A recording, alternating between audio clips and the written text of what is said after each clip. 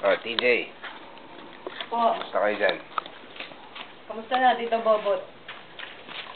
May rumble nga dyan sa labas kanina eh.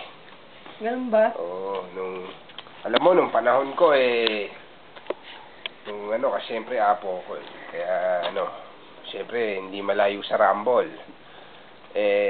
Nung panahon, alam mo, Nim, yung tito boy mo, kaming dalawa.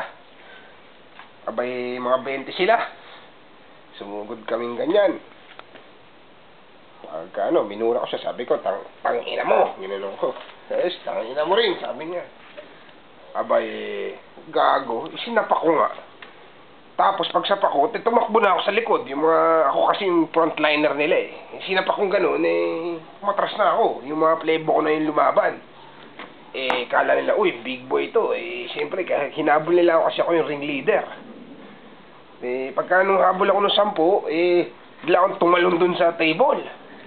Talong ko sa table, pinalubutan ako ng 10. Abay, pinakita ako ng karate kick ko Gagawa niyan ako So, pinakita ko sa ganyan, no? Ubus nga sila. Utragis niya yan. Ganyan talaga. Yung mga bad boy nung panahon, iba na talaga ngayon Wala na, malaki na chan ko So,